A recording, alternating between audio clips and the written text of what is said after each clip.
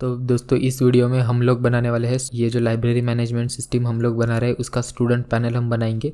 पिछली वीडियो में हमने पूरा ऑथराइजेशन का मॉड्यूल बनाया, अगर आपने नहीं देखा तो वो ज़रूर आप देखिए क्योंकि उसके बिना आपको यह समझ में नहीं आएगा। यहाँ से साइन इन करता हूँ मेरे अकाउंट को, तो लॉगिन करके देखता हूँ your account is not approved by admin. तो अभी के लिए तो डेटाबेस से मैं ये अप्रूव्ड को एक्टिव कर देता हूँ क्योंकि टेम्पररी हमें एक्टिव चाहिए। स्टूडेंट पैनल पे हम आ चुके हैं, ये स्टूडेंट पैनल, यहाँ पे मेरा नाम आ गया। तो अब हमें दो कंपोनेंट्स चाहिए, व्यू बुक्स और माय ऑर्डर्स। तो बुक्स से रिलेटेड जो भी होगा वो बुक मॉड्यूल में होगा और यूज़र से रिलेटेड जो भी होगा वो यूज़र मॉड्यूल में। तो मैं पहले दो मॉड्यूल बनाता हूँ। ये बुक्स मॉड्यूल बन गया, ये यूज़र्स मॉड्यूल बन गया। अब व्यू बुक्स का जो कंपोनेंट है वो बुक्स मॉड्यूल में होना चाहिए, इस बुक स्टोर ये बन चुका है। अब यूज़र्स के अंदर मैं बनाऊँगा और यूज़र्स ऑर्डर नाम का कंपोनेंट बनाऊंगा यूज़र्स मॉड्यूल के अंदर क्योंकि वो यूज़र से रिलेटेड है इसीलिए। तो दोनों कंपोनेंट बन चुके हैं। दोनों मॉड्यूल जो हमने अभी बनाए उनके अंदर हमें शेयर्ड मॉड्यूल को इंपोर्ट करना पड़ेगा। शेयर्ड मॉड्यूल यहाँ पे आ गया और यूज़र्स मॉड्यूल के अंदर भी शेयर्ड मॉड्यूल आ गया और ये दोनों कंपोनेंट ऐप डॉट कंपोनेंट में इंपोर्ट करने पड़ेंगे ताकि हर जगह पे ये यूज़ हो। दोनों मॉड्यूल जो है वो यहाँ पे इंपोर्ट कर दिया है। अब हमें राउट्स ऐड करने पड़ेंगे दोनों के। तो ये देखिए होम वाला जो राउट है वो बुक स्टोर कंपोनेंट के लिए होगा और माय ऑर्डर्स का राउट जो है वो यूज़र ऑर्डर्स कंपोनेंट के लिए होगा। होम का ऑलरेडी था इसलिए बुक स्टोर वर्क्स बोल के आ रहा है। अब अगर आप यूआई में देखें तो यहाँ पे टेबल्स के, ये टेबल है बेसिकली, उसके अंदर डेटा आ रहा है। अब वो जो टेबल में डेटा दिख रहा था वो बुक्स का एरे है। तो पहले हमें बुक को रिप्रेजेंट करने के लिए इंटरफेस बनाना पड़ेगा। तो यहाँ पे मैं बनाता हूँ बुक कैटेगरी का इंटरफेस। उसके बाद ये बुक बना दिया, title, author, price, book category का पूरा इंस्टेंस इसमें आ जाएगा। टाइपस्क्रिप्ट की फाइल में बुक का एरे बना दूंगा मैं। जब भी कोई बैकएंड से लिस्ट आएगी बुक की तो वो इस एरे में स्टोर होंगी और उसके बाद यूआई में किस तरीके से डिस्प्ले करना है उसके लिए अलग एरे बनाएंगे। अब अगर आप यहाँ पे देखिए एक्सपांशन पैनल से जो कैटेगरी वाइज डिवाइडेड है, कंप्यूटर के एल्गोरिदम कैटेगरी, फिर प्रोग्रामिंग लैंग्वेज कैटेगरी, फिर नेटवर्किंग। तो जो भी बुक पहले हम बैकएंड से पूरे बुक रिट्रीव करेंगे और फिर उन्हें कैटेगरी वाइज डिवाइड करेंगे। तो उसके लिए मुझे अलग से इंटरफेस बनाना पड़ेगा। तो वो हमें यहाँ पे जो कॉमन डेटा है जिसमें कैटेगरी और सब कैटेगरी होगी और बुक्स नाम की एक फील्ड होगी जिसमें इसके अंदर जो बुक्स है वो सारे स्टोर होंगे। बुक्स बाय कैटेगरी क्योंकि कैटेगरी के हिसाब से होंगे। तो इसके अंदर बुक कैटेगरी आईडी, कैटेगरी, सब कैटेगरी और बाद में बुक्स का एक एरे भी होगा। ये होगा हमारा एक एक्सपांशन पैनल का डेटा। इसी तरीके से अलग अलग एक्सपांशन पैनल है तो इसका एरे हमें चाहिए होगा। यहाँ पे मैं आता हूँ और एक फील्ड बनाता हूँ बुक्स टू डिस्प्ले बोल के। अब मैं इसके अंदर टेस्ट डेटा डाल देता हूँ। तो अब टेस्ट डेटा मैंने बना दिया है। अभी इसको हम यूआई में डिस्प्ले करते जाएंगे। मैट फॉर्म फील्ड, इसके अंदर आएगा इनपुट का टैग जिसके ऊपर होगा मैट इनपुट का एट्रीब्यूट। तो इसका कलर, एक्सेंट, मैट लेबल डाल दिया इसमें सर्च बुक्स बोल के। अब मैं इसको सेव करता हूँ तो देखिए अब ऐसे आ गया। लेकिन यहाँ पे अगर आप देखें तो कुछ अलग तरीके का है। तो ये होता है अपीयरेंस। तो इसका अपीयरेंस हमें चेंज करना पड़ेगा। अपीयरेंस आउटलाइन करेंगे तो अलग तरीके से आ जाएगा, दूसरे टाइप का इनपुट है ये। लेकिन यहाँ पे हमने एक सर्च का एक आइकॉन भी डाल दिया है तो उसके लिए बस एक बटन डालना पड़ेगा, मैट आइकन बटन। इसके अंदर आएगा मैट आइकन। तो हमें बस ये मैट आइकन को सफिक्स के हिसाब से रखना पड़ेगा तो ये राइट साइड में आ जाएगा। तो ये हो गया सर्च बॉक्स। अब लेबल के लिए मैं मैट कार्ड यूज़ करता हूँ जिसके अंदर होगा mat card content showing results for 10 books. अभी के लिए 10 डाल दिया, बाद में हम इसे डायनामिक अपडेट करेंगे। तो होस्ट को डिस्प्ले ब्लॉक करके थोड़ा मार्जिन दे दिया ऊपर। मैट फॉर्म फील्ड की विड्थ और सेट करनी पड़ेगी 500 पिक्सल और इसको सेंटर में लाना है इसलिए मार्जिन टॉप बॉटम 0 और लेफ्ट राइट में ऑटो। और जो मैट कार्ड होने वाला है इसकी फॉन्ट साइज़ वगैरह थोड़ा बढ़ाना पड़ेगा। इसकी विड्थ मैक्सिमम कंटेंट तो CSS इतना ही था। अब यहाँ पे एक्सपांशन पैनल्स हमारे पास है लेकिन उनका ग्रुप है हमारे पास। तो एक्सपांशन पैनल का ग्रुप जो होता है वो मैट अकॉर्डियन में होता है। मैट अकॉर्डियन, इसके अंदर आएगा मैट एक्सपांशन पैनल। उसका एक हेडर डाल देंगे, हेडर। तो टाइटल के इधर मैं कैटेगरी डालता हूँ तो कुछ इस तरीके से आएगा। डिस्क्रिप्शन में हम सब कैटेगरी का नाम डाल देंगे, बाद में इसे हम कैटेगरी वाइज अपडेट कर देंगे। और अगर दूसरा पैनल हमें डालना होगा तो यही पैनल नीचे डाल दूंगा। लेकिन एक पैनल ओपन किया तो दूसरा क्लोज हो रहा है। यहाँ पे होती है एक property multi equal to true. Save कर दिया तो अब दोनों हम एक साथ ओपन कर पाएंगे। लेकिन जैसे ही ये रिफ़्रेश हो रहा है पेज, ये क्लोज़ हो रहा है, तो उसके लिए एक एक्सपांडेड बोल के प्रॉपर्टी होती है, इसे ट्रू करना पड़ेगा। तो दोनों अब एक्सपांडेड आ गए। अब इन पे भी हमें थोड़ी CSS लगानी पड़ेगी। मैट अकॉर्डियन के अंदर ये जो टाइटल है इसकी फ़ॉन्ट साइज़ थोड़ी बड़ी कर दी, और ये डिस्क्रिप्शन में भी फ़ॉन्ट स्टाइल इसका इटैलिक कर दिया और थोड़ा 1.2 रेम कर दिया।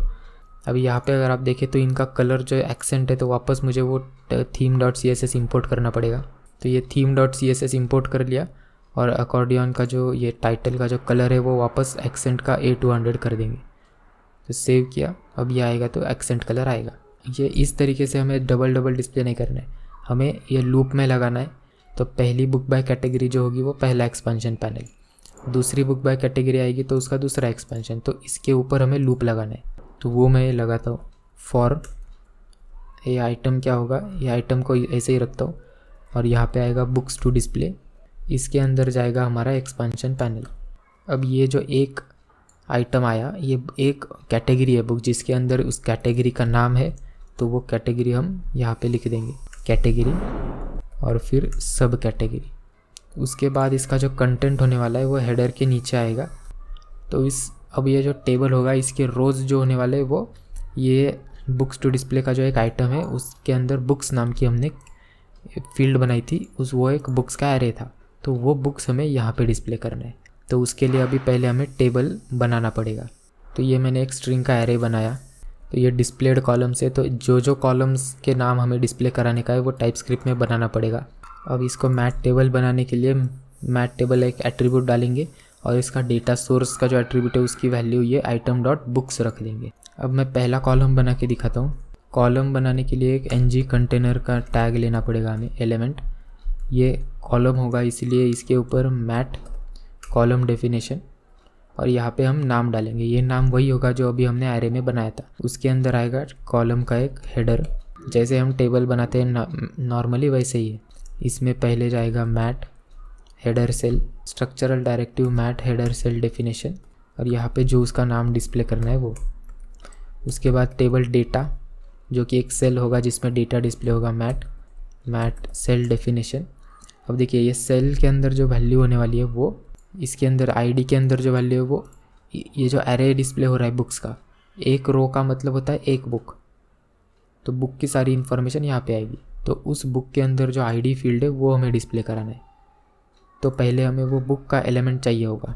तो डायनामिकली जब ये टेबल इंस्टेंशिएट होगा और ब्राउज़र में जाएगा तब एंगुलर का फ्रेमवर्क ऑटोमेटिकली वो बुक का वैल्यू इस एलिमेंट में डाल देगा, element.id। और यही एक तरीका है कॉलम बनाने का। अब इसी तरीके से मैं दूसरे कॉलम भी बना देता हूँ। ये बुक का टाइटल कॉलम बन गया, बस टाइटल डाल दिया है, बाकी सब कुछ तो सेम है। ये ऑथर का कॉलम, ये प्राइस का कॉलम, ये अवेलेबल का कॉलम है। तो अवेलेबल का कॉलम में हम ऑर्डर्ड प्रॉपर्टी चेक कर रहे हैं। अगर ये ट्रू है यानी कि बुक ऑर्डर्ड है तो नॉट अवेलेबल ऐसा दिखाओ, और अगर ऑर्डर नहीं है फॉल्स है तो ये अवेलेबल दिखाओ। इसके बाद आता है लास्ट ऑर्डर कॉलम। इसके बाद आता है हमारा ऑर्डर्ड कॉलम जो कि लास्ट कॉलम है। इसके अंदर कोई डेटा नहीं है, बस बटन डिस्प्ले करना है जो कि होगा मैट रेज्ड बटन। अगर ऑर्डर्ड प्रॉपर्टी ट्रू है तो इसे डिसेबल करो, और अगर ये फॉल्स है तो ये एनेबल रहेगा नॉर्मली। लेकिन अब अगर मैं यहाँ पे देखूँ तो कोई डेटा दिखेगा नहीं मुझे। क्यों? क्योंकि अभी तक हमने रोज़ बनाई ही नहीं इसके। तो उसके लिए tr डालेंगे और एक पहले हेडर रो बनाएंगे हम, मैट हेडर रो। इसके ऊपर मैट हेडर रो डेफिनेशन, इसमें हमें डालना पड़ेगा डिस्प्लेड कॉलम्स, तो उस एंगुलर को पता चलेगा कौन से कॉलम डिस्प्ले करना है। अब वापस जाएंगे यहाँ पे मैट रो डेफिनेशन, यहाँ पे रो बोल के एक वेरिएबल बनाएंगे और कॉलम्स में डिस्प्लेड कॉलम्स। अब इसका मतलब क्या कि मैट रो के अंदर जो डेटा सोर्स हमने सेंड किया बुक्स का, एक एक करके वो एलिमेंट्स इस रो की एलिमेंट में आते जाएंगे, और जो इस रो के एलिमेंट में आएंगे जब वो कॉलम बनाने की बारी आएगी तो वही वैल्यू जो ये इस एलिमेंट में आ जाएगी, तो हम वहाँ से एक्सेस कर पाएंगे। यहाँ पे देखें तो आईडी, टाइटल, ये जो भी हमने वैल्यूज़ डाले थे वो सब बराबर आ रहे। तो ये जो टेबल है इसकी विड्थ 100% रख दिया और इसमें एक बॉर्डर भी डाल दी जिसका ओपेसिटी 0.1 होगा। उसके बाद ये जो हेडर का पूरा रो है ना, इसको मुझे फॉन्ट साइज़ थोड़ी इटैलिक करना है और बढ़ाने का है। हेडर सेल, ये जो क्लास है ये एंगुलर मटेरियल हर एक हेडर सेल के ऊपर डालेगा। फॉन्ट स्टाइल इटैलिक कर देता हूँ और फॉन्ट साइज़ 1.2 रैम कर देंगे। सेव किया तो ये बड़ा हो गया। MDC सेल बोल के क्लास उस पर जाएगा और फॉन्ट साइज़ 1.2 रैम, सेव किया। अब ये भी बड़ा हो गया, तो अब बराबर दिख रहा है। यहाँ पे देखिए API सर्विस में मैंने गेट बुक्स बोल के एक मेथड बनाया है। तो HTTP गेट रिक्वेस्ट सेंड करेगा गेट बुक्स नाम के एंड पॉइंट पे। ये एंड पॉइंट अभी बनाया नहीं है, बनाएंगे अभी।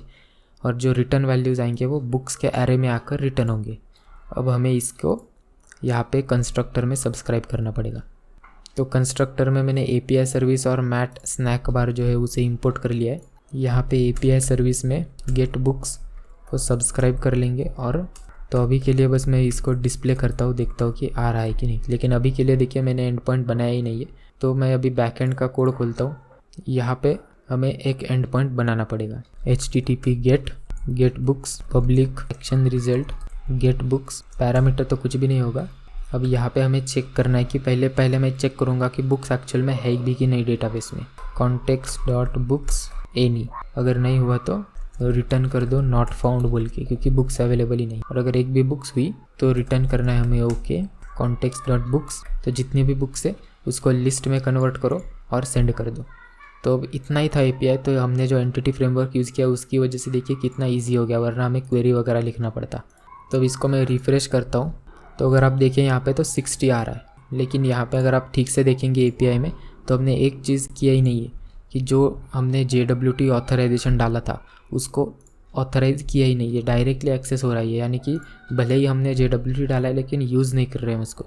तो बस उसको यूज़ करने के लिए हमें ऑथराइज नाम का एट्रीब्यूट डालना पड़ेगा। इससे क्या होगा, जब भी API की रिक्वेस्ट आएगी गेट पोस्ट पुट जो भी, और जो हमने सेटअप करके रखा है JWT program.cs में, यहाँ पे इस पूरे पैरामीटर को यूज़ करके वैलिडेट करेगा। और अगर वो बराबर निकला तभी ये एग्जीक्यूट होगा और वैल्यू रिटर्न होगी। अगर वो गलत टोकन निकला तो अनऑथराइज्ड बोल के स्टेटस कोड रिटर्न होगा और ये एग्जीक्यूट ही नहीं होगा। तो अब मैं इसको रिफ़्रेश करके देखता हूँ। अब देखिए मुझे एरर आ रहा है अनऑथराइज्ड, क्योंकि कोई प्रॉब्लम हो गया, हमने कोड ठीक से लिखा नहीं है UI का, इसीलिए ऐसे हो रहा है। इसमें प्रॉब्लम क्या हो रहा है कि जब हम रिक्वेस्ट सेंड कर रहे हैं HTTP तो हम बियरर टोकन डाल ही नहीं रहे। जो हमने वो पैकेज डाला था JWT हेल्पर सर्विस का, वो पैकेज अपनी API रिक्वेस्ट के अंदर टोकन इंसर्ट कर ही नहीं रहा। ऐसा क्यों नहीं कर रहा, क्योंकि यहाँ पे मैंने एक कोड लिखना भूल गया था। तो जो हम HTTP क्लाइंट प्रोवाइड करेंगे तो हमें बताना पड़ेगा कि विथ इंटरसेप्टर्स फ्रॉम DI ये मेथड कॉल करनी पड़ेगी। ये क्या करेगी कि जब भी HTTP रिक्वेस्ट जाएगी तो उसके अंदर एक इंटरसेप्टर डाल देगी फ्रॉम डिपेंडेंसी इंजेक्शन। यानी कि ये JWT मॉडल जो है ऑटोमेटिकली उस HTTP क्लाइंट के रिक्वेस्ट हेडर में JWT बियर टोकन इंसर्ट कर देगा। तो ये मेथड नहीं कॉल किया था, इसलिए वो इंसर्ट ही नहीं कर रहा था अभी। तो अभी सेव करता हूँ। तो अभी देखिए 60 बुक्स वापस आ गए। अब ये बुक्स को अगर मैं कोई भी एक रैंडम बुक खोल के दिखाऊँ तो कैटेगरी तो इसकी आ रही है, लेकिन बुक कैटेगरी नल आ रही है। तो बुक कैटेगरी का नाम हमें मिलेगा नहीं। तो ये जो कैटेगरी का ऑब्जेक्ट क्रिएट किया था वो हमें पॉपुलेट भी करना है। जब भी हम बुक्स रिट्रीव कर रहे हैं तो उसी के साथ हम एक इंक्लूड मेथड डालेंगे और वहाँ पे बोलेंगे बुक कैटेगरी। तो बुक्स को जब भी रिट्रीव करो तो बुक कैटेगरी इंक्लूड करो उसके अंदर। और ये बुक्स के अंदर अगर आपको पता याद हो तो हमने बुक कैटेगरी का एक नलेबल इंस्टेंस डाला था, तो इसके अंदर बुक कैटेगरी का इंस्टेंस अपने आप ही फिल हो जाएगा। और यही फ़ायदा है एंटिटी फ्रेमवर्क कोड का। अगर ये नहीं लिखते तो हमें 2 टेबल को ज्वाइन करना पड़ता है फॉरेन की के ऊपर और बहुत बड़ी क्वेरी बन जाती है, कॉम्प्लिकेटेड। पहली बुक का देखिए बुक कैटेगरी, कैटेगरी कंप्यूटर, सब कैटेगरी एल्गोरिदम। तो अब हमारे पास सब कुछ डेटा बराबर आ रहा है। तो यहाँ पे मैं बुक्स का जो एरे है उसको मैं एम्प्टी कर देता हूँ और जो भी रिस्पॉन्स में आया एक एक करके बुक्स के अंदर वो पुश कर देंगे। तो अभी ये जो बुक्स का जो एरे है उसके अंदर सारे बुक्स अवेलेबल हो चुके हैं। अब वो बुक्स के अंदर जितने भी बुक्स है वो एक एक करके हमें ग्रुप करने होंगे और बुक टू डिस्प्ले के अंदर इस फॉर्मेट में डालने पड़ेंगे। तो वो ग्रुप करने का लॉजिक हमें लिखना पड़ेगा। तो उसके लिए सबसे पहले इस एरे को एम्प्टी किया और फिर एक एक बुक के ऊपर हमें लूप लगाना पड़ेगा। अब यहाँ पे हमें क्या देखना है कि जो भी हम बुक अभी इंसर्ट करने वाले हैं उसकी जो कैटेगरी है वो ऑलरेडी इस बुक के अंदर है कि नहीं।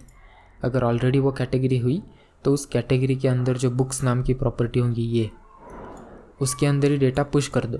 लेकिन अगर ये वाला ऑब्जेक्ट हुआ ही नहीं कैटेगरी को मैच करने वाला तो फिर ये पूरा ऑब्जेक्ट ही हमें नया बनाना पड़ेगा।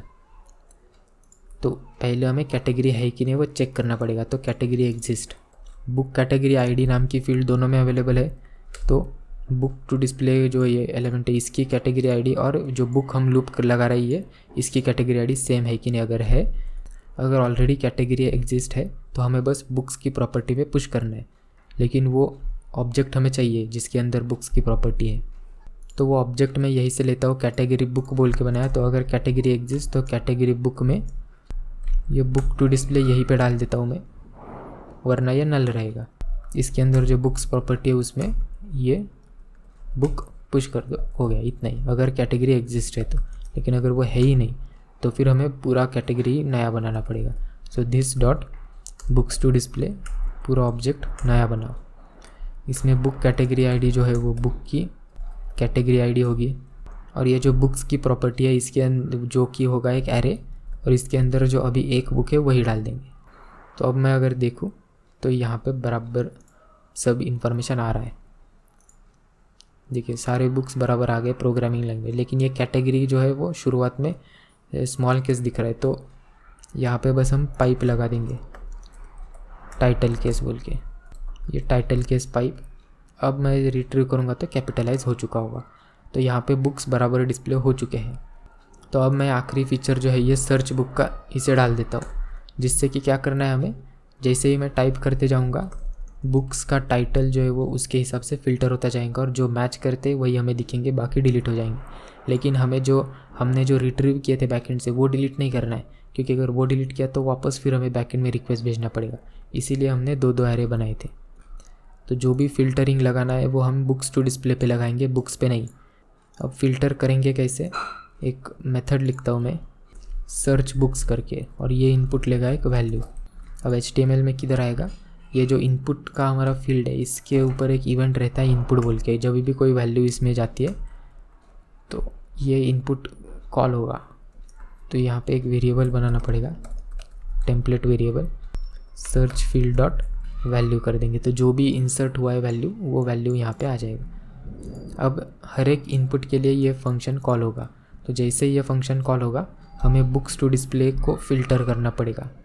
अब फ़िल्टर करने के लिए एक मेथड है this dot books to display filter, book to display आएगी। अब इसको हमें फ़िल्टर कैसे करना है कि इसके अंदर जितने भी बुक्स हैं वो मैच कर रहे हैं कि नहीं, क्योंकि बुक टू डिस्प्ले जो है इसके अंदर अलग अलग बुक्स होने वाले हैं बुक्स प्रॉपर्टी में।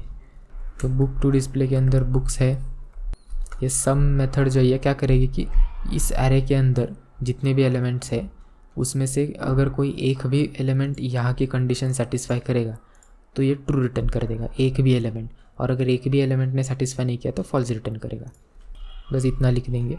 तो अगर एक भी बुक का टाइटल मैच करता है, इंक्लूड्स मतलब ये वैल्यू इसके अंदर प्रेजेंट है, सेम नहीं है, क्योंकि फिर पूरा टाइटल डालना पड़ेगा हमें। एक भी वर्ड सेम हुआ तो रिटर्न ट्रू कर दो, और फिर यही हम बुक मैचेस रिटर्न कर देंगे। एल्गोरिदम्स ये फ़िल्टर हुआ ही नहीं, क्योंकि हम यहाँ पे वो सेट ही नहीं कर रहे। जो फ़िल्टर्ड एरे होगा वो वापस हमें बुक्स टू डिस्प्ले में डालना पड़ेगा। तो यहाँ पे देखिए प्रॉब्लम क्या हो रहा है कि हमने जो वैल्यू डाली थी वो मैं स्मॉल लेटर्स में डाल रहा हूँ और ये कैपिटल लेटर्स में है टाइटल। तो इसलिए मैं सबको पहले टू लोअर केस, और जो टाइटल हम जब सर्च करेंगे तो पहले लोअर केस में कन्वर्ट करेंगे और फिर सर्च करेंगे। तो अब दोनों लोअर केस में तो कोई प्रॉब्लम नहीं आएगा। ये देखिए जो एल्गोरिदम मैंने टाइप किया तो जिस बुक के अंदर एल्गोरिदम ये वर्ड है वही आएगा। अब एस टाइप कर दूंगा तो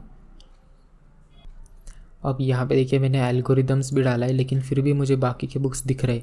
ये इसीलिए दिख रहे क्योंकि यहाँ पे कंडीशन हमने क्या डाली है कि बुक्स के अंदर का एक कैटेगरी के अंदर जितने भी बुक्स है उसके अंदर अगर एक भी बुक कंडीशन सेटिस्फाई करती है तो रिटर्न कर दो ट्रू।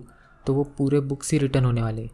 तो जितने एक यहाँ पे एक बुक है एल्गोरिदम्स की, अगर ये सेटिस्फाई करेगी तो पूरा एरे वापस जाएगा।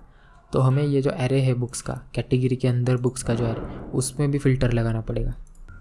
तो book to display dot books filter, अब यहाँ पे हम रिटर्न करेंगे वही सेम कंडीशन। ये कॉपी करता हूँ। तो ये बुक टाइटल लोअर केस, और ये जो हमने लिखा था इसको हटा देंगे, इसकी ज़रूरत नहीं है। अब ये रिटर्न कुछ करना पड़ेगा। तो बुक्स जब फ़िल्टर हो जाएंगे तो एक भी अगर इसमें एक से ज़्यादा 0 से ज़्यादा बुक हुए तो डिस्प्ले करो। Dot length is greater than 0, अगर ग्रेटर देन 0 है तो डिस्प्ले करो। अब सेव किया, अब देखिए RITHMS कर दिया तो देखिए सिर्फ एल्गोरिदम्स वाले डिस्प्ले हो गए। लेकिन अब एक और प्रॉब्लम है, जब मैं बैक स्पेस करता हूँ तो अब एल्गोरिदम वाले बुक्स नहीं आए। तो ऐसा इसलिए हो रहा है क्योंकि जब भी कोई नई वैल्यू जा रही है तो बुक्स टू डिस्प्ले फ़िल्टर होगा। अब वापस हम नई वैल्यू डालेंगे तो वो ऑलरेडी 4 बुक्स थे उसी के ऊपर चेक करेगा, जो पहले थे वो तो निकल गए।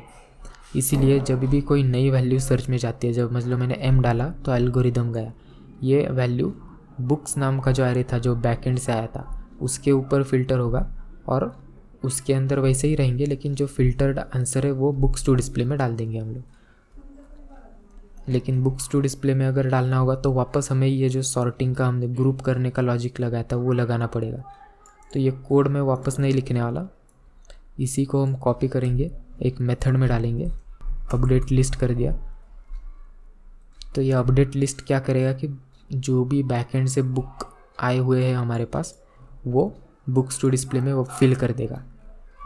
और सर्च करने से पहले हम वही करेंगे, अपडेट लिस्ट। तो जब भी कोई वैल्यू हमें सर्च करनी होगी तो सबसे पहले बुक टू डिस्प्ले के अंदर सारे बुक्स रिट्रीव करेंगे और फिर हम फ़िल्टर लगाएंगे। एल्गोरिदम साहब बैक स्पेस किया तो सारे एल्गोरिदम वाले वापस आए, क्योंकि क्या हो गया, जैसे ही नई वैल्यू आई सारे वैल्यूज़ वापस पॉपुलेट हुए और फिर फ़िल्टर लगा। तो यहाँ पे मैं काउंट का वेरिएबल बनाता हूँ। वो काउंट हमें डायरेक्टली लेंथ के हिसाब से कैलकुलेट नहीं कर सकते, क्योंकि हमारे पास एक बुक्स टू डिस्प्ले का एरे है जिसके अंदर बुक्स है, तो हमें उसके अंदर जो बुक्स है उसका लेंथ कैलकुलेट करना है। तो हम काउंट जो है वो शुरुआत में 0 रखेंगे और और बुक्स टू डिस्प्ले पे मैं फॉर ईच लगाता हूँ।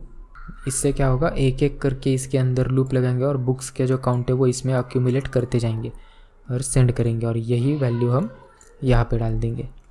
गेट बुक काउंट, सेव कर दिया। अब यहाँ पे देखें तो 60 आ गया। अब जैसे ही मैं नया सर्च करता हूँ ये 24। अब आखिरी फंक्शनैलिटी बची है इसकी, ये ऑर्डर वाली। तो जैसे ही मैं ऑर्डर पे क्लिक करूँगा ये बुक मेरे नाम पे ऑर्डर हो जानी चाहिए। तो ये वो ऑर्डर का बटन है, ऑर्डर बुक, और इसमें हम पूरा एलिमेंट ही पास करेंगे जो भी हमें ऑर्डर करना है वो ऑर्डर बुक, जो कि बुक हमें इनपुट आएगी वो एलिमेंट। अब यहाँ पे API सर्विस में फंक्शन बनाना पड़ेगा। ये ऑर्डर बुक कर दिया। अब पैरामीटर डालने के लिए हमें पहले ऑर्डर बुक करने के लिए पहले बुक की आईडी चाहिए और किस यूज़र के लिए करना है उस यूज़र की आईडी। तो 2 चीज़ें चाहिए, बुक आईडी जो ये बुक में से मिल जाएगी, गेट यूज़र इन्फो जो है यहाँ से आ जाएगी, जो लॉग्ड इन यूज़र है उसका यूज़र आईडी आ जाएगा, वो यूज़र आईडी यहाँ से आ जाएगा। HTTP पुट में सबसे पहले बॉडी नल रखेंगे और फिर पैराम्स में ये पैराम्स, और रिस्पॉन्स टाइप होगा अपना टेक्स्ट। लेकिन उसके लिए बैकएंड में API भी बनाना पड़ेगा। तो ये मैंने एंड पॉइंट यहाँ पे बना दिया, ऑर्डर बुक, जो कि इनपुट लेगा यूज़र आईडी और बुक आईडी। तो हमारे लाइब्रेरी का रूल पता होगा आपको कि 3 से ज़्यादा कोई बुक ऑर्डर नहीं कर सकता। तो सबसे पहले हमें वो चेक करना पड़ेगा कि 3 से ऊपर है कि नहीं। Context dot orders where o dot user ID equal to sent user ID and book ID equal to this. इसका जो काउंट है वो लेस देन 3 होना चाहिए। इफ़ कैन ऑर्डर तो कोड लिखो, अगर नहीं तो return okay, can not order return करो, और अगर ऑर्डर बराबर है कर सकते ऑर्डर तो कॉन्टेक्स्ट डॉट ऑर्डर्स में ऐड कर दो न्यू ऑर्डर। यूज़र आईडी होगा अपना दिया हुआ यूज़र आईडी, ऑर्डर डेट आज की, रिटर्न डेट नल क्योंकि अभी तक रिटर्न नहीं हुआ, रिटर्न इक्वल टू फॉल्स, और फाइन पेड इक्वल टू 0। अब सेव चेंजेस करने से पहले और एक चीज़ है कि हम जो बुक इंसर्ट बुक यहाँ पे दिखती है उसमें भी ऑर्डर्स नाम की फील्ड है बुक के अंदर, ऑर्डर्ड। तो अगर इसको ऑर्डर किया गया तो ये ट्रू होना चाहिए, तो वो भी हमें यहाँ पे चेंज करना पड़ेगा। तो पहले हम बुक को रिट्रीव करेंगे यहाँ से books dot find book ID, अगर ये नल नहीं है जो कि नहीं होगा नल, उसके बाद ऑर्डर इक्वल टू ट्रू करके सेव चेंजेस। सेव चेंजेस के बाद ऑर्डर रिटर्न कर दूँ। तो मैं इसको रन करता हूँ। अब जब हम ऑर्डर के बटन पे क्लिक करेंगे तो ऑर्डर बुक रिटर्न करो, सब्सक्राइब, तो अगर रिस्पॉन्स में ऑर्डर आया तो क्या करना है और अगर नहीं आया तो क्या करना है। तो अगर नॉट ऑर्डर जैसा ऐसा कुछ ऑर्डर नहीं आया तो स्नैक बार में सीधा डाल देंगे you already have 3 orders pending. जो बुक हमने सेंड किया था उसकी ऑर्डर्ड प्रॉपर्टी ट्रू कर देंगे ताकि यूआई में ये इंस्टेंट अपडेट हो जाएगा। और अगर ऑर्डर किया हुआ है तो रिटर्न डेट कैलकुलेट करने के लिए ये लॉजिक लिखा है, आज की डेट ली और रिटर्न डेट में आज की डेट में +10 करके डाल दिया, तो आज की डेट 1 है तो ये 11 हो जाएगा कि this has been ordered you will have to return on return date. Save कर देता हूँ। तो यहाँ पे देखता हूँ मैं एक ऑर्डर करके देखता हूँ, इसको क्लिक किया, introduction order you will have to return on November 29। Okay, दूसरी बुक ऑर्डर करता हूँ, इसकी ऑर्डर्ड। तीसरी बुक ऑर्डर करता हूँ, ये भी हो गया। अब चौथी बुक होनी नहीं चाहिए, फिर क्या, ये भी हो गया। तो देखिए प्रॉब्लम किधर हो गया हमारा, यहाँ पे प्रॉब्लम हो गया। हम लोग क्या चेक कर रहे हैं कि ये यूज़र ने ये बुक कितनी बार ऑर्डर किया ऐसा चेक कर रहे हैं, लेकिन एक बुक तो एक ही बार कर सकते हैं। तो इससे क्या होगा, हमारे पास उन सारे ऑर्डर्स का काउंट आ जाएगा जो इस यूज़र ने किए हैं पर अभी तक रिटर्न नहीं किया, और वो <3 चाहिए। तो अब मैंने वापस ऑर्डर्स का सारा टेबल जो है वो एम्प्टी कर दिया है। तो पहली बुक ऑर्डर की, हो गया। दूसरी बुक हो गया, और तीसरी बुक कर दूंगा, हो गया। अब चौथी बुक करता हूँ तो you already have 3 orders pending. तब ऑर्डर का काम हो गया यहाँ पे पूरा। अब इसके बाद हम ये माय ऑर्डर्स का जो कंपोनेंट है इसको डिज़ाइन करेंगे। तो अब देखिए माय ऑर्डर्स के लिए मैं ऑलरेडी एक ये वाला कंपोनेंट जो बना के रखा है उसको दिखाता हूँ। एक टेबल है जैसे अभी हमने बनाया था, सेम टेबल, बस जो अभी बुक्स बनाए थे अभी ऑर्डर आएंगे, और यहाँ पे एक कार्ड होगा पेंडिंग रिटर्न्स के लिए। तो ये वाले ऑर्डर सिर्फ वही होंगे जो अभी तक रिटर्न नहीं किए, और उस केस में हमें फ़ाइन भी हमें कैलकुलेट करना पड़ेगा, तो वो लॉजिक लिखेंगे। उसके बाद नीचे दूसरा टेबल होगा जिसमें जो रिटर्न बुक किए हुए बुक से वो आएंगे, जिसमें ऑलरेडी जो भरा हुआ फ़ाइन है वो आएगा। तो यूज़र्स के अंदर हम लोगों ने एक और यूज़र्स ऑर्डर्स बोल के कंपोनेंट बनाया था, तो उसको ओपन कर लिया। तो ये यूज़र्स का जो कंपोनेंट है इसमें हम सेक्शन बनाएंगे पेंडिंग का, और दूसरा सेक्शन होने वाला है रिटर्न का। पेंडिंग के सेक्शन में पहले आएगा मैट कार्ड। तो यहाँ पे देखिए मैट कार्ड मैंने डाल दिया है जिसके अंदर कंटेंट है, तो अब ये लॉगिन करना पड़ेगा। तो यहाँ पे आप देख सकते हैं जैसे ही रिफ़्रेश हो गया वेबसाइट, अपने आप इसने चेक किया कि लॉगिन है कि नहीं। अभी टोकन एक्सपायर हो चुका है तो ऑलरेडी इसने हमें लॉगिन फॉर्म पे लेके आ गया। तो यहाँ पे पेंडिंग रिटर्न्स आ गया। 1 तो मैंने टेम्पररी डाला है, बाद में हम चेंज करेंगे। और यही सेम चीज़ नीचे भी डालना पड़ेगा ये। लेकिन यहाँ पे आप देख सकते हैं जैसे ही रिफ़्रेश हो रहा है ये होम पेज पे जा रहा है। वो इसलिए क्योंकि हमने नेविगेशन में ये लिख के रखा है कि जैसे ही लॉग्ड इन होगा होम पेज पे जाएगा। तो टेम्पररीली मैं इसको माय ऑर्डर्स पे नेविगेट करता हूँ, तो हमें बार बार वो चेंज करने की ज़रूरत नहीं, यहीं पे आ जाएगा। ये रिटर्न ऑर्डर्स कर देता हूँ, तो रिटर्न ऑर्डर्स यहाँ पे आ गए। अब इसके नीचे हमें टेबल बनाना है। अब टेबल के लिए पहले हमें डेटा सोर्स चाहिए, तो और उसके लिए हमें पहले मॉडल में ऑर्डर को रिप्रेजेंट करना पड़ेगा। तो जो बैकएंड में फील्ड्स बनाए वही यहाँ पे डाल देता हूँ मैं। तो यहाँ पे मैं बना रहा हूँ कॉलम्स फॉर पेंडिंग रिटर्न्स। तो पेंडिंग रिटर्न्स वाला जो टेबल होगा उसमें ये वाले कॉलम आएंगे, और जो रिटर्न है कंप्लीटेड रिटर्न्स उसमें एक टेबल, उसमें बस रिटर्न डेट ऐड हो जाएगा, इसलिए 2 अलग अलग एरेज हैं। और पेंडिंग रिटर्न्स और कंप्लीटेड के लिए दोनों अलग अलग एरेज आ जाएंगे सेपरेट दोनों के लिए। तो यहाँ पे टेबल डाल दिया है मैंने, मैट टेबल, इसका डेटा सोर्स पेंडिंग रिटर्न्स का अभी का जो एरे है वो दे दिया। तो ये इसका आईडी कॉलम बनेगा सेम ऐसे ही जैसे ही अभी अब बुक्स के लिए बनाया था, इसलिए मैं कॉपी कर रहा हूँ कोड को ताकि टाइम बचेगा अपना। और यहाँ पे ऑर्डर आईडी और element.id। दूसरा कॉलम जो है वो बुक आईडी का होगा, तो बुक आईडी डाल दिया। फिर बुक का टाइटल होगा, ऑर्डर डेट, और ऑर्डर डेट के लिए देखिए मैंने डेट का पाइप यूज़ किया ताकि जो भी डेट आ रही है उसको फॉर्मेट करेंगे DDMMYY में। और उसके बाद आएगा फाइन टू पे। फाइन टू पे के लिए मैंने अभी के लिए 100 डाल दिया, बाद में हम इसे कैलकुलेट करेंगे। और फिर हम 2 रोज़ डाल देंगे। तो भी सेव कर दूंगा, तो इसमें कोई वैल्यू आएगी नहीं क्योंकि कोई एरे है ही नहीं, इसमें एम्प्टी एरे है। और उसी के जैसे नीचे टेबल बनाएंगे और कंप्लीटेड ऑर्डर्स का, जो कि एग्जैक्टली सेम है जैसे अभी बना है।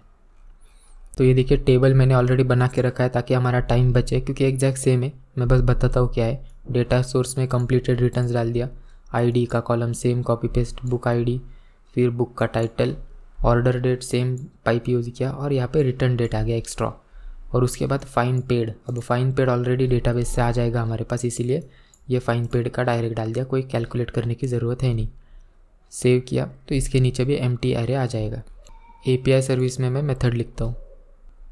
तो ये गेट ऑर्डर्स ऑफ यूज़र, हम यूज़र ID सेंड करेंगे और उस यूज़र ने जितने भी ऑर्डर्स अभी तक किए वो सब हमारे रिट्रीव हो जाएंगे। पैरामीटर में जाएगा यूज़र ID, और ये गेट रिक्वेस्ट है जो कि गेट ऑर्डर्स ऑफ यूज़र नाम का एंड पॉइंट अभी बनाएंगे बैकएंड में, और इसमें पैरामीटर रिटर्न करेंगे और रिजल्ट जो आएगा वो ऑर्डर्स का एरे आएगा, और टाइप स्क्रिप्ट में हमें उसे सब्सक्राइब करना पड़ेगा। तो ये API सर्विस और स्नैक बार वापस इंजेक्ट कर दिया। गेट ऑर्डर्स फॉर यूज़र, इसको सब्सक्राइब कर दिया। रिस्पॉन्स जो है वो ऑर्डर का एरे होगा, और कंसोल बस अभी के लिए बस मैं कंसोल में डिस्प्ले करता हूँ, और इसे हमें इनपुट देना पड़ेगा यूज़र ID। तो जो यूज़र ID है हमें गेट यूज़र इन्फो से मिल जाएगा, और यही यूज़र ID हम इसमें पैरामीटर के रूप में सेंड करेंगे। तो यहाँ पे हमें एंड पॉइंट बनाना पड़ेगा, गेट ऑर्डर्स ऑफ यूज़र, और इनपुट लेगा ये यूज़र ID। तो मैं ऑर्डर्स को रिट्रीव करने का लॉजिक लिखता हूँ, कॉन्टेक्स्ट डॉट ऑर्डर्स। जब हम UI पे डिस्प्ले करने वाले ऑर्डर को, तो बुक का टाइटल भी डिस्प्ले करने वाले, तो हमें बुक के इंस्टेंस की भी ज़रूरत पड़ेगी, तो हमें इंक्लूड करना पड़ेगा बुक को। Include book, include o dot user. तो ऑर्डर्स के अंदर बुक और यूज़र इंक्लूड करो और फिल्टर करो यूज़र ID के ऊपर, और जो भी आए वो डायरेक्ट सेंड करने से अच्छा हम वापस वही करेंगे कि ऑर्डर्स में अगर कुछ भी हुआ तो वो सेंड करो, वरना नॉट फाउंड सेंड कर दो। रिफ़्रेश कर दिया तो 3 ऑर्डर्स आ गए, क्योंकि 3 ही हमने ऑर्डर किए थे। अब इसको अगर मैं एक्सपांड करके दिखाऊँ, लेकिन अगर आप बुक का टाइटल देखें तो इस ऑर्डर्स नाम के इंस्टेंस के अंदर बुक नाम का इंस्टेंस है, उसके अंदर उसका टाइटल है। और UI में अगर देखें अभी मॉडल जो बनाया, तो इधर हमने बुक का टाइटल बस इसी में डायरेक्ट डाल दिया है। तो अब इसके अंदर वापस बुक का बनाएंगे तो वो प्रॉब्लम हो जाएगा उतना सब, इसीलिए मैंने सिर्फ डायरेक्ट इसमें डाल दिया। और यूज़र नेम जो है वो first name plus last name ऐसे होगा, या तो नल होगा या तो स्ट्रिंग होगा। तो इसके लिए हमें जो रिटर्न आ रहा है बैकएंड से उसे मैप करना पड़ेगा। तो मैप करने का लॉजिक हम इधर ही पाइप RxJS का जो पाइप होता है वो यूज़ करेंगे। तो पाइप के अंदर मैप की मेथड जाएगी, और जो रिस्पॉन्स आ रहा है वो यहाँ पे आएगा, जो कि ये जो इनपुट आ रहा है इसको मैप कर लेंगे हम, ये होगा एनी टाइप। तो जैसे एक एक ऑर्डर को हम मैप करते जाएंगे इसमें से। न्यू ऑर्डर, तो अब जो न्यू ऑर्डर की ID फील्ड है वो ऑर्डर डॉट ID, यानी कि बैकएंड तो जो ऑर्डर आया उसकी ID फील्ड यहाँ से लो और ID में डाल दो। अब यूज़र नेम के लिए हमें इस तरीके से करना होगा, ऑर्डर के अंदर जो यूज़र है उसका फर्स्ट नेम लो प्लस डैश गैप डाल के उसका लास्ट नेम। उसी तरीके से बुक का टाइटल, ये बुक के अंदर जो टाइटल है ये देखिए, ये बोल रहा था मैं, और फाइन पेड वगैरह ऐसे। तो एक एक मैप हो जाएगा, और जो न्यू ऑर्डर आया वो हम रिटर्न कर देंगे। तो जो रिटर्न होगा वो न्यू ऑर्डर्स के पूरे एरे में आ जाएगा, और वो एरे हम न्यू ऑर्डर्स में यहाँ पे सेंड कर देंगे, जिससे कि नया ऑर्डर्स रिटर्न हो जाएगा। अब मैं सेव करता हूँ, अब मैं देखता हूँ, अब देखिए बराबर वो सारे बुक्स वगैरह फील्ड निकल गए जो UI में हमने डिफ़ाइन किए थे, वही आ गए। रिटर्न डेट नहीं आ रही, वो नल है, अभी तक रिटर्न नहीं किया, इसीलिए जो ऑर्डर हमारे पास आया एक एक करके हम पेंडिंग रिटर्न्स में देखिए रिस्पॉन्स को हम फ़िल्टर करेंगे, जो कि रिटर्न नहीं किए गए वो पेंडिंग में जाएंगे, और जो ऑलरेडी रिटर्न है वो कंप्लीटेड में जाएंगे। सेव कर दूंगा तो UI में आया, तो देखिए 3 एरे यहाँ पे आ गए।